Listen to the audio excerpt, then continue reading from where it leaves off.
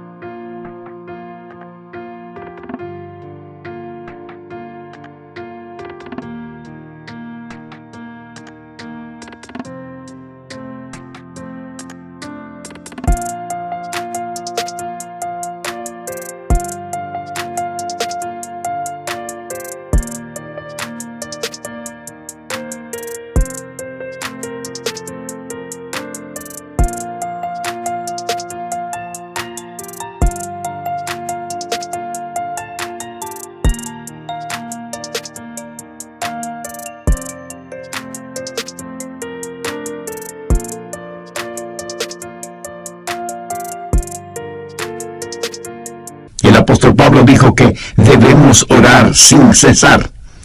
Este es un mandamiento de Dios Todopoderoso, y es quien Dios toma la iniciativa.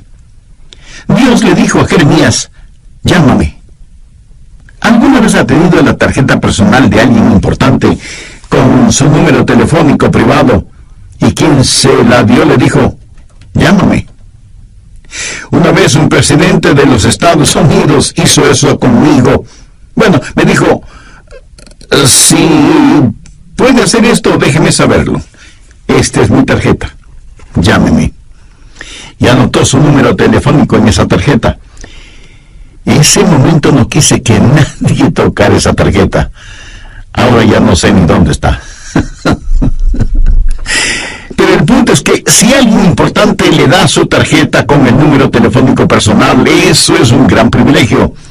Y aquí está el Dios Todopoderoso, llegando hasta donde está Jeremías y diciéndole: llámame.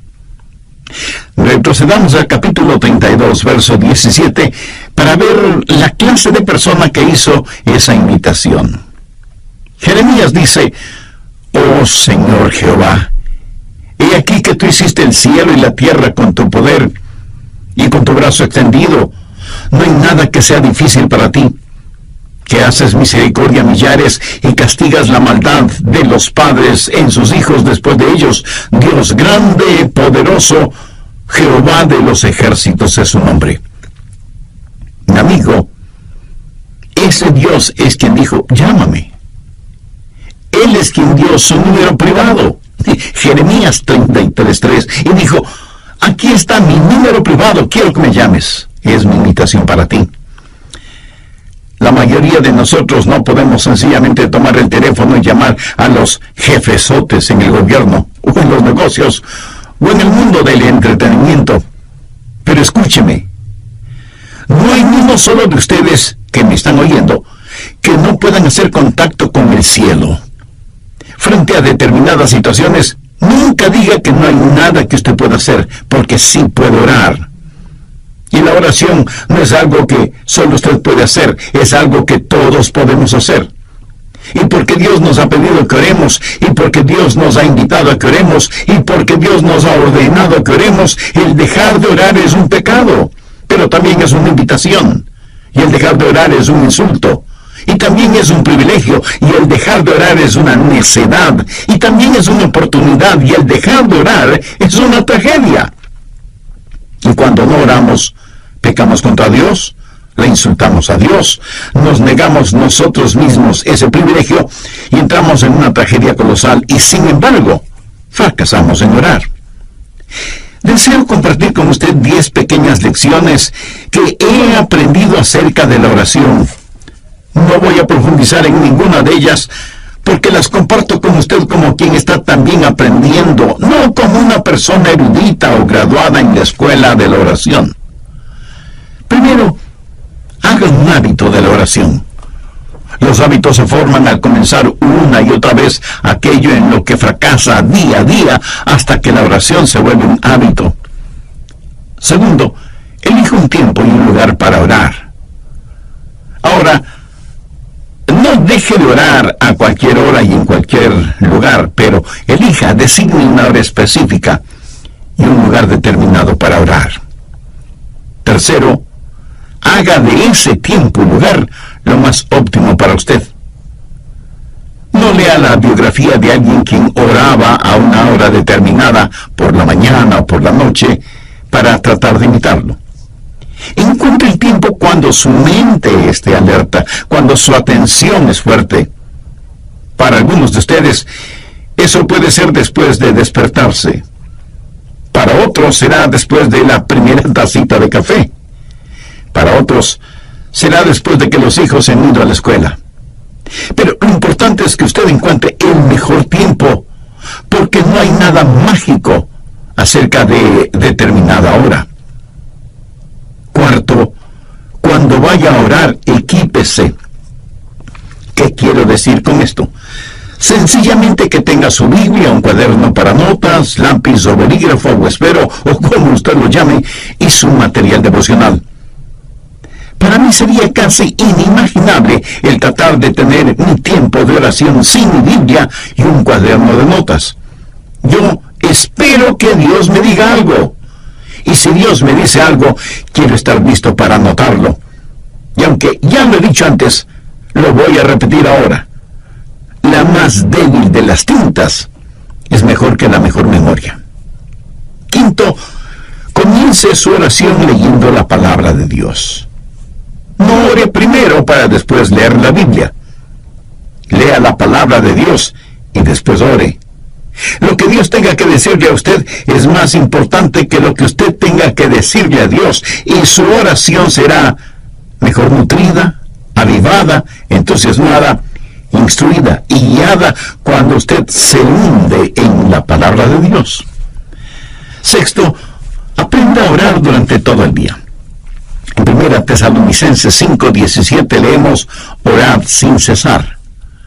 Una de las cosas que me ha bendecido al leer la vida de Dwight L. Moody, quien fuera el Billy Graham de su tiempo, es lo siguiente.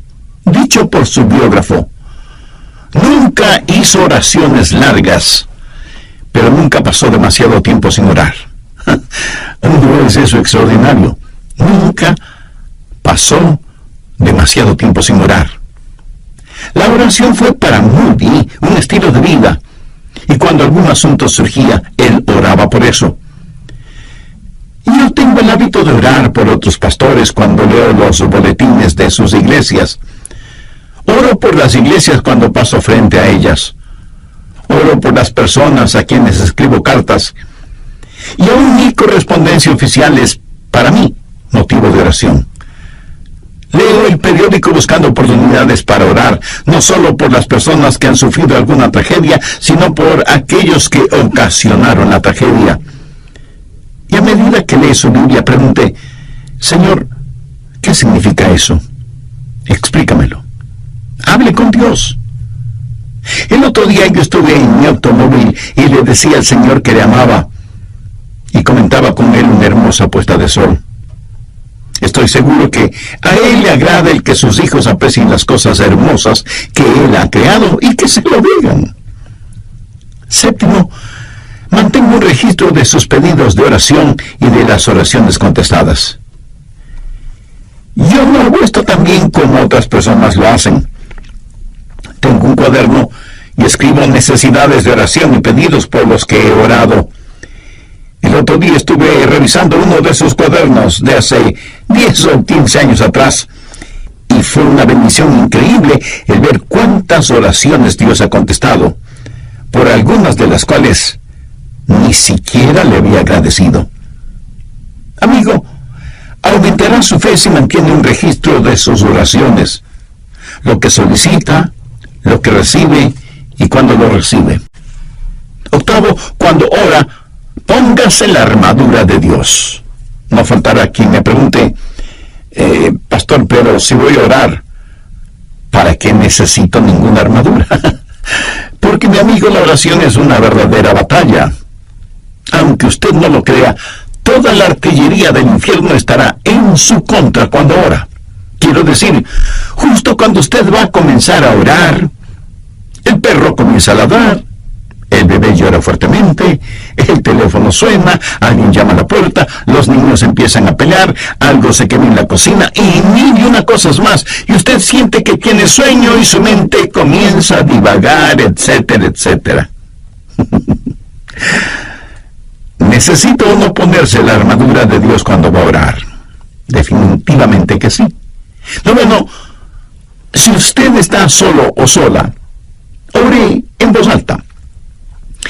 Hay algo muy especial en orar en voz alta, vocalizando su oración. Por lo menos le ayuda a su mente a no divagar. Si está en un sitio en donde no moleste la privacidad de nadie, ore en voz alta. Ahora, no creo que es una buena idea el orar en voz alta cuando está en medio de una multitud.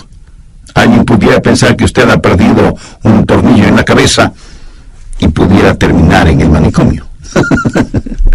Ahora, si su mente es como la mía, querrá hacer cualquier otra cosa cuando usted comienza a orar.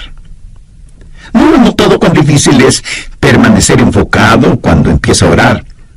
Y es justo cuando comienza a orar que su mente empieza a pensar, bueno, necesito hacer esto y aquello y lo demás allá. Bueno, tengo un secreto que lo leí en alguna parte, lo puse en práctica y da maravillosos resultados, ya se lo diré. 10, si la cosa que distrae su atención de la oración es tan importante y está en su mente, ore por eso. ¿Sabe de lo que estoy hablando? Si, por ejemplo, estoy orando por los enfermos y el Señor me dice, Adrián, tienes que preparar un mensaje. Dejo de orar por los enfermos y ese mismo instante oro por el mensaje. Hecho eso, puedo concentrarme en aquello que está en mi mente y que es el punto central de mi oración. Evidentemente, eso es lo que está en mi subconsciente y por lo cual quiero orar.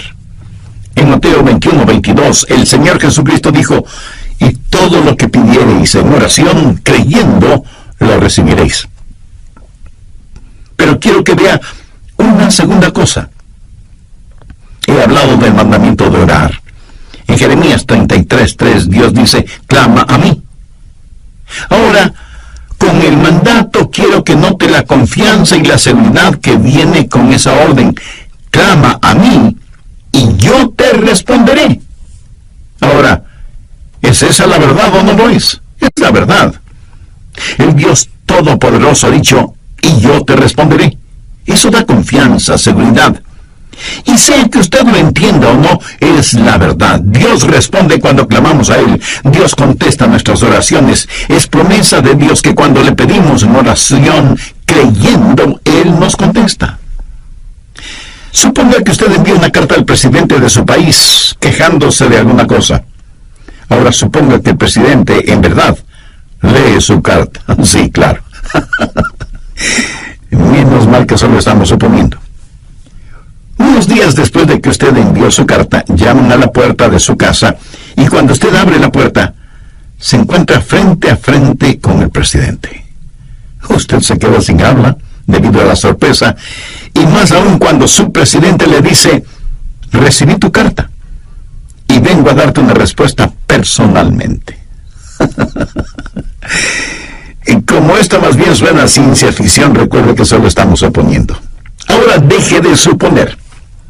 Dios mismo ha dicho, yo soy el que personalmente voy a contestarte. Y cuando Dios nos contesta, Él lo puede hacer de 4 maneras. Primero, su respuesta puede ser específicamente entregada. Usted como yo hemos pedido a Dios cosas específicas y las hemos pedido y las hemos recibido tan instantáneamente, tan milagrosamente, tan realmente, que nadie puede convencernos de que eso no fue una casualidad o una coincidencia. Creo que todos oramos en forma general, pero aquellos que hemos caminado este sendero por largo tiempo, hemos orado y hemos recibido respuesta específica e inmediata. Segundo, a veces la respuesta puede ser estratégicamente demorada. O sea, Dios no siempre contesta en forma inmediata.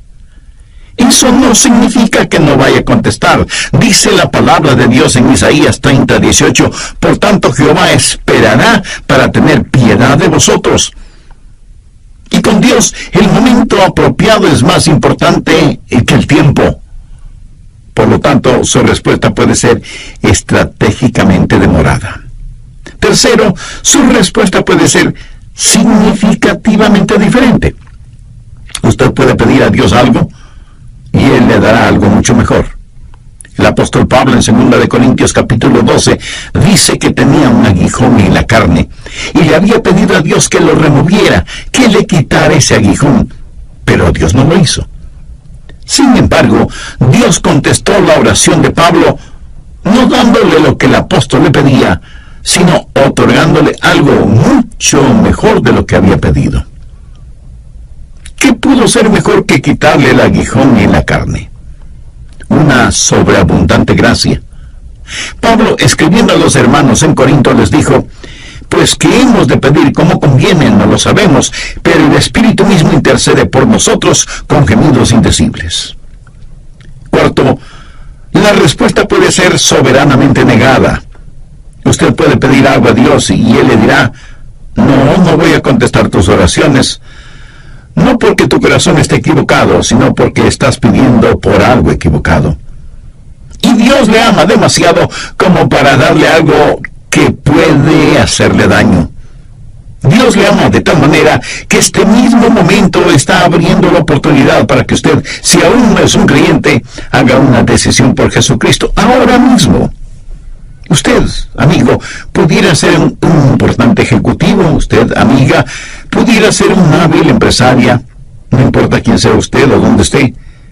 Si no tiene la seguridad de su salvación eterna, no necesita ser un científico para saber que su condenación será eterna, independientemente de lo que usted crea al respecto. En el programa anterior compartí con usted 10 pequeñas lecciones que he aprendido acerca de la oración.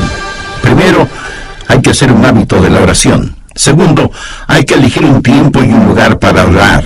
Tercero, hay que saber optimizar ese tiempo. Cuarto, hay que equiparse para ir a orar. Quinto, hay que leer la palabra de Dios antes de orar. Sexto, hay que saber orar durante todo el día. Séptimo, es bueno mantener un registro de oraciones pedidas y contestadas. Octavo, para orar hay que ponerse la armadura de Dios. Noveno, si usted está solo o sola, ore en voz alta.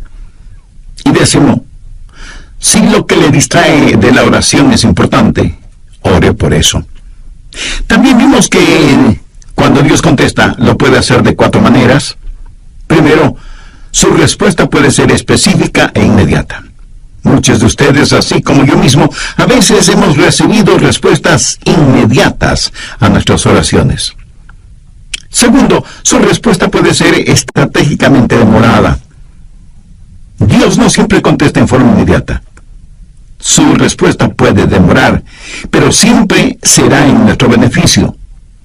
Para Dios, el momento apropiado es más importante que el tiempo. Tercero, su respuesta puede ser significativamente diferente. Dios le puede dar algo totalmente diferente de lo que usted pidió, pero siempre será algo mucho mejor de lo que fue su pedido. Le niega su pedido. Ella de todas maneras se une a ese joven y esa es una receta segura para un fracaso matrimonial y espiritual. Yo creo que todos nosotros agradecemos a Dios por las oraciones contestadas, aunque debo admitir que muchas personas ni siquiera le agradecen a Dios por haberles contestado positivamente. Permítame decirle lo que yo he hecho. Le he agradecido a Dios por las oraciones no contestadas. ¿Usted alguna vez lo ha hecho?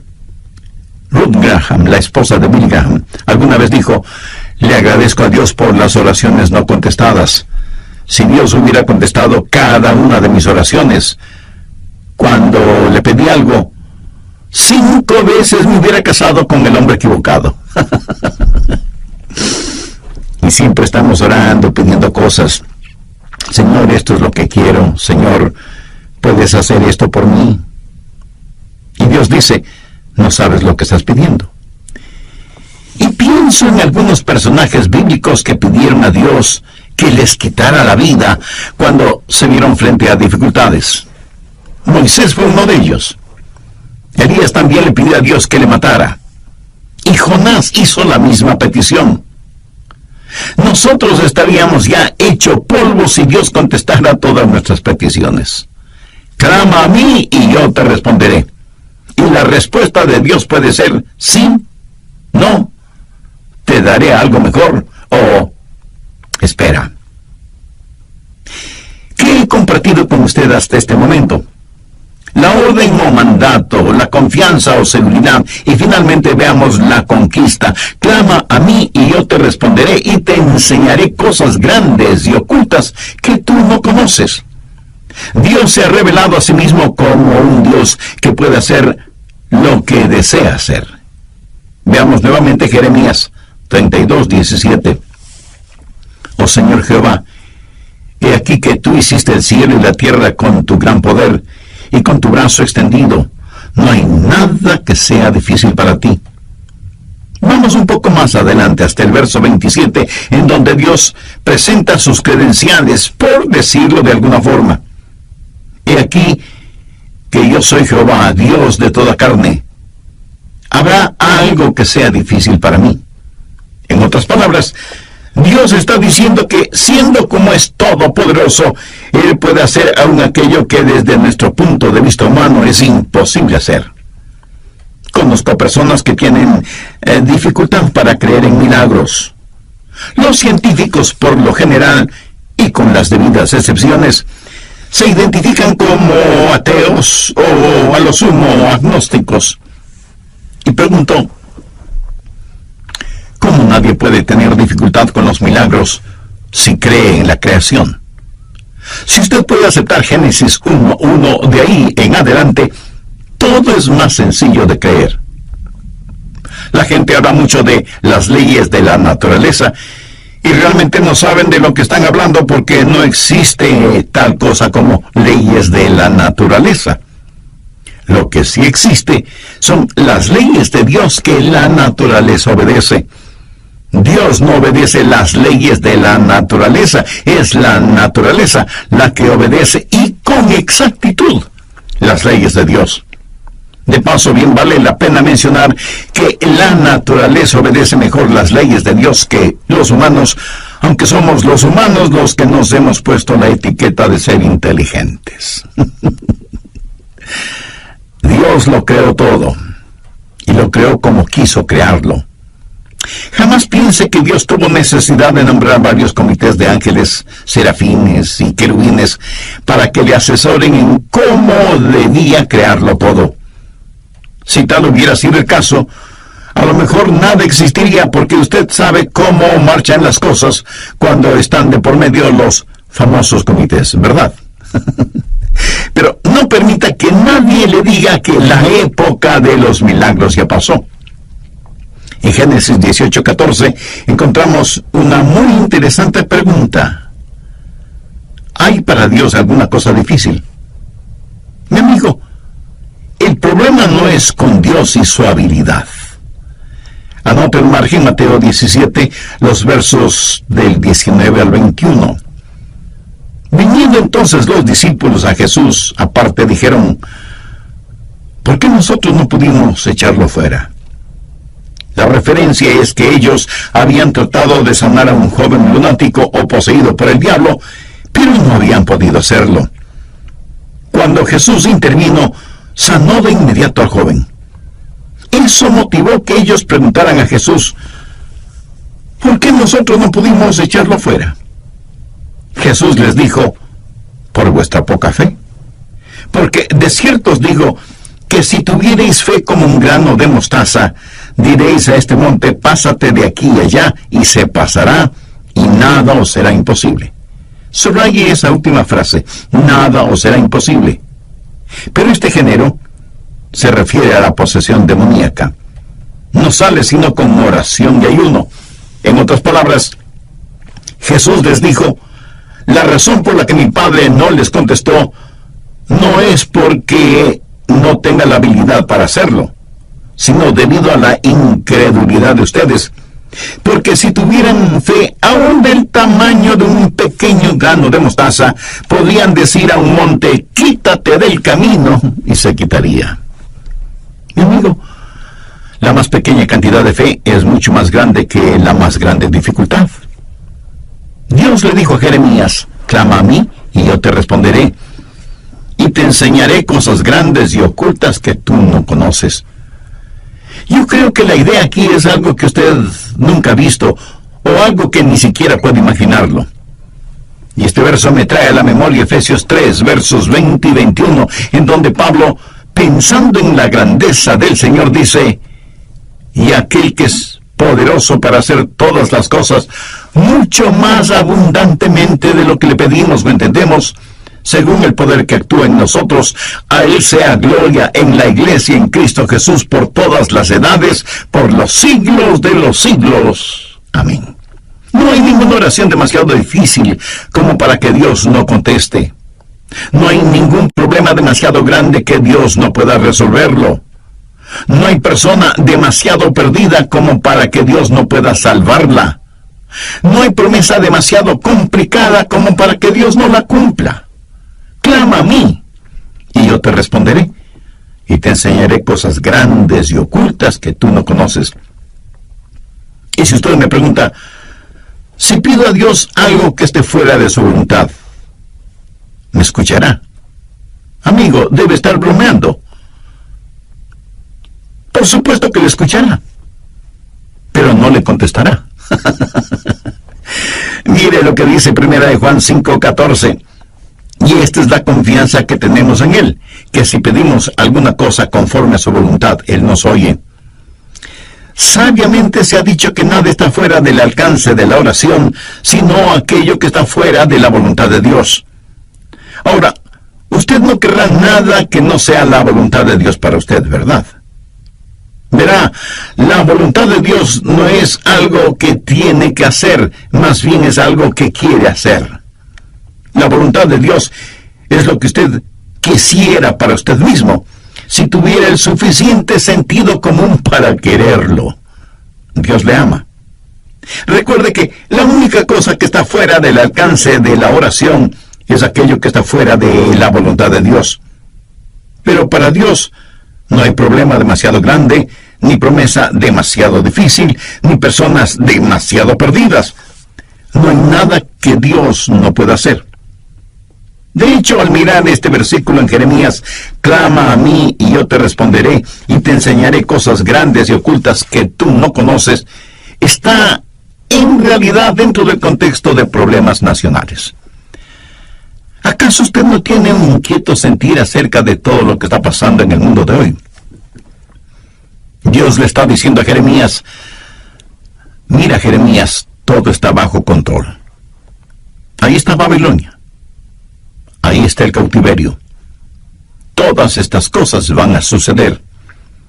En el capítulo 32 de Jeremías, desde el versículo 36, Dios le dice a Jeremías qué es lo que va a pasar, y comienza a hablar acerca de sus planes para Israel, del cautiverio en Babilonia, del regreso a la tierra, del venidero reino de Cristo, y luego le dice a Jeremías que ore. En la oración, nos unimos con Dios en regular las naciones y operar el universo. Y yo realmente no entiendo esto, pero Dios ha dicho lo que va a hacer. Y nada de lo que nosotros hagamos podrá detenerlo. Y sin embargo, se nos dice que debemos orar para que venga su reino. Sabemos que un día vendrá, pero se nos dice que debemos orar. Preparando este mensaje acerca de la oración, no pude dejar de pensar ¿qué arma es la oración en tiempos de calamidad nacional o en tiempos de cualquier clase de calamidad? Varios países del mundo tienen ya cohetes con cabezas nucleares, teledirigidos, y que dan en el blanco con precisión absoluta. Hay cohetes que pueden ser disparados desde la superficie de la Tierra, desde las profundidades del mar o desde las alturas espaciales. Pueden viajar sin que nadie los detecte. y tan velozmente como el pensamiento. Y pueden tener una detonación demorada. Y si al decir lo que voy a decir usted piensa que estoy cambiando de tema, no es así. Solo escúcheme atentamente. ¿Sabía que en Juan 17 Jesús oró por usted y por mí? Veamos el verso 20. Mas no ruego solamente por estos, sino también por los que han de creer en mí, por la palabra de ellos. Ahí usted puede poner su nombre, o yo puedo poner el mío. Usted puede comenzar a orar ahora si es que tiene niños pequeños en su hogar, por las personas con quienes se casarán. Haga una oración de detonación retardada, sabiendo que dará en el blanco. ¿Sabe qué es lo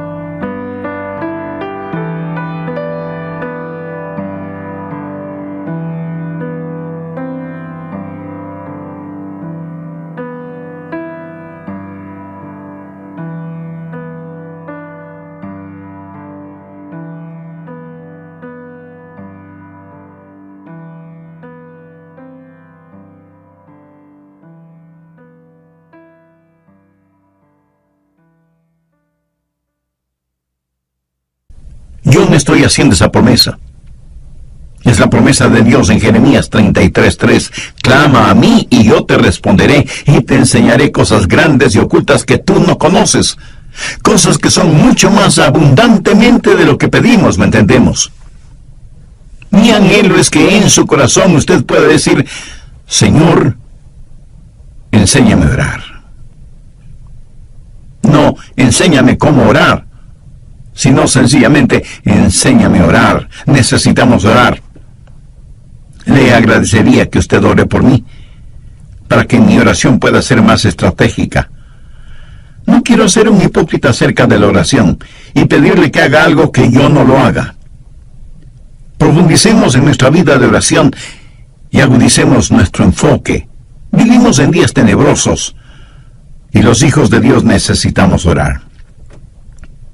La forma de orar es tener la capacidad de decir: Padre, nuestro Padre.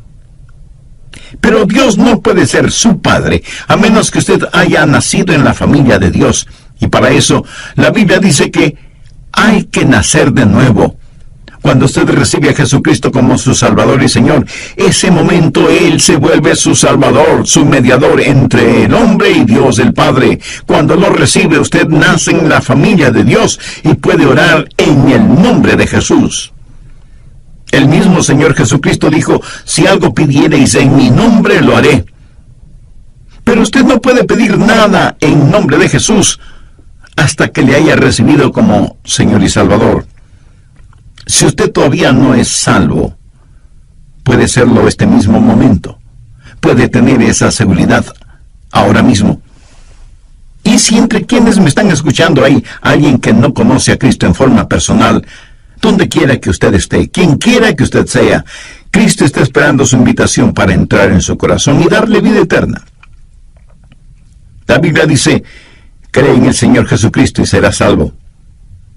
Crea que Él es el Hijo de Dios que pagó por sus pecados, derramando su preciosa sangre en la cruz del Calvario. Crea que Dios, el Padre, le levantó con poder de entre los muertos. Crea que Él no solo puede salvarle, sino que quiere salvarle si solo confía en Él. Si este mismo instante usted confía sinceramente en Él y le recibe como su Salvador y Señor, sus pecados le serán perdonados inmediatamente.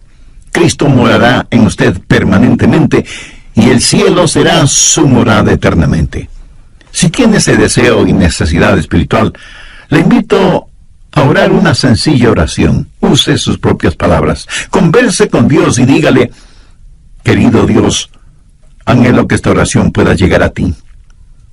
En realidad no estoy acostumbrado a orar. Y no sé si lo que te estoy diciendo es orar o no. En todo caso, vengo a ti porque me reconozco pecador. Estoy perdido espiritualmente y necesito perdón y salvación. Sé que mis pecados merecen tu castigo, pero vengo en busca de tu gracia y misericordia. Señor Jesús, gracias por pagar con tu propia vida la culpa de mis pecados. Gracias por perdonarme